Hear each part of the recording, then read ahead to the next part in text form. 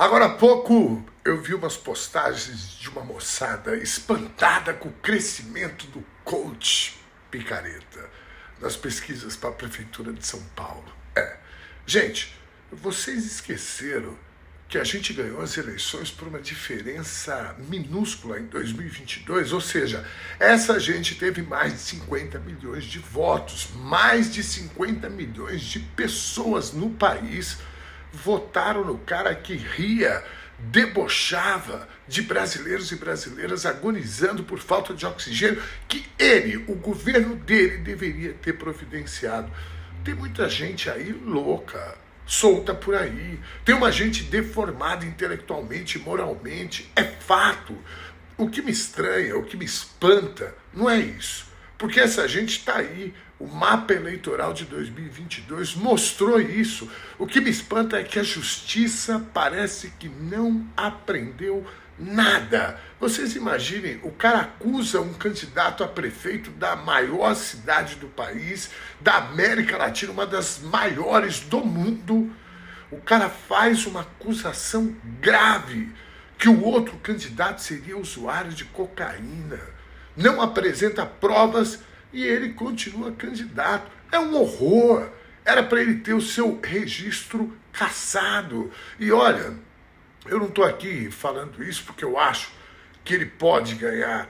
Não, porque o jogo democrático é assim mesmo. Se a maioria dos eleitores decidirem votar em quem quer que seja, a vontade popular tem que prevalecer. Mas existem regras, existem leis, e são as leis, as regras, os pactos civilizatórios que nos diferem da barbárie. Eu prefiro enfrentar, eu pessoalmente, o coach Picareta no segundo turno, estrategicamente, e eu penso ser, inclusive, até mais fácil desconstruir esse pilantra do que o outro pilantra, que é tão pilantra quanto ele, o Ricardo Nunes. Mas a justiça não poderia permitir que esse cara fosse candidato. Não é pelo passado dele, é pelo que ele tem feito agora. São acusações graves. É crime você caluniar uma pessoa. Penso que não adianta ficar, nossa gente, quanta gente apoiando um criminoso, um sujeito desse envolvido com crime organizado, com uma folha criminal extensa. Legalmente ele pode concorrer. O que não pode é infringir a lei na disputa. E, de novo, não estou falando isso porque ele chegou a 20% ou perto disso.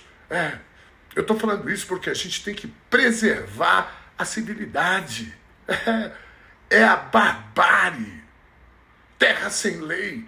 Muito provavelmente ele vai para o segundo turno com o Boulos, porque ele está aglutinando os votos do Bolsonaro, que pela primeira vez a gente está vendo que esses votos não são do Bolsonaro, são das ideias esdrúxulas desse cara. Como disse um amigo meu, das ideias da ultradireita internacional. É aquela gente racista, machista, homofóbica, mentirosa, desleal e que não reúnem capacidade nenhuma de execução de um plano de governo, simplesmente porque eles não têm um plano de governo. A proposta deles é destruir o que os comunistas fizeram. E o que os comunistas fizeram? Nada! Porque nunca governaram essa cidade, nem o Estado e nem o país. A verdade é que eles entendem que qualquer ação que melhore a condição humana, no caso aqui dos paulistanos, deve ser destruída.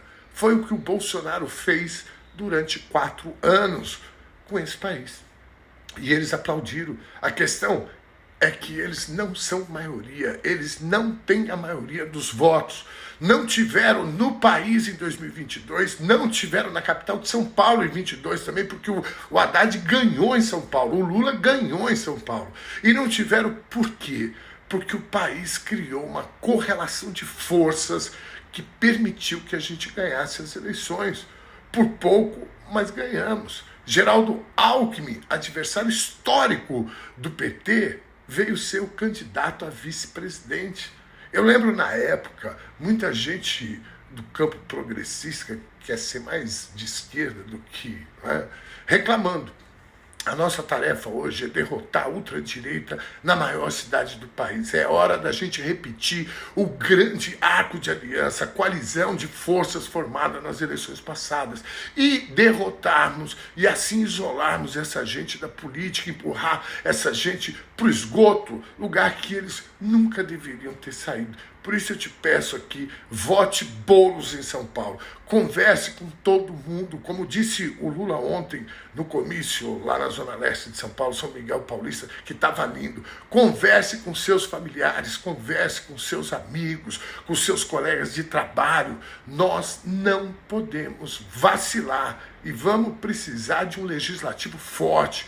Nós não estamos falando de uma Câmara de Vereadores de uma cidade qualquer. São Paulo é imensa, são 12 milhões de pessoas que vivem aqui. As forças conservadoras aqui são atuantes nos esquemas de corrupção. Precisamos de gente experiente, testadas na luta e com coragem e firmeza ideológica para enfrentar os desafios e lutas que virão com a eleição de Boulos. Por isso, eu apoio o camarada Adriano Diogo para dar sustentabilidade ao próximo governo da cidade de São Paulo, que será o professor Guilherme Boulos. Façam a sua parte. Para prefeito, Guilherme Boulos, número 50, e para vereador, Adriano Diogo, 13222. Ótimo domingo para vocês. Boa luta!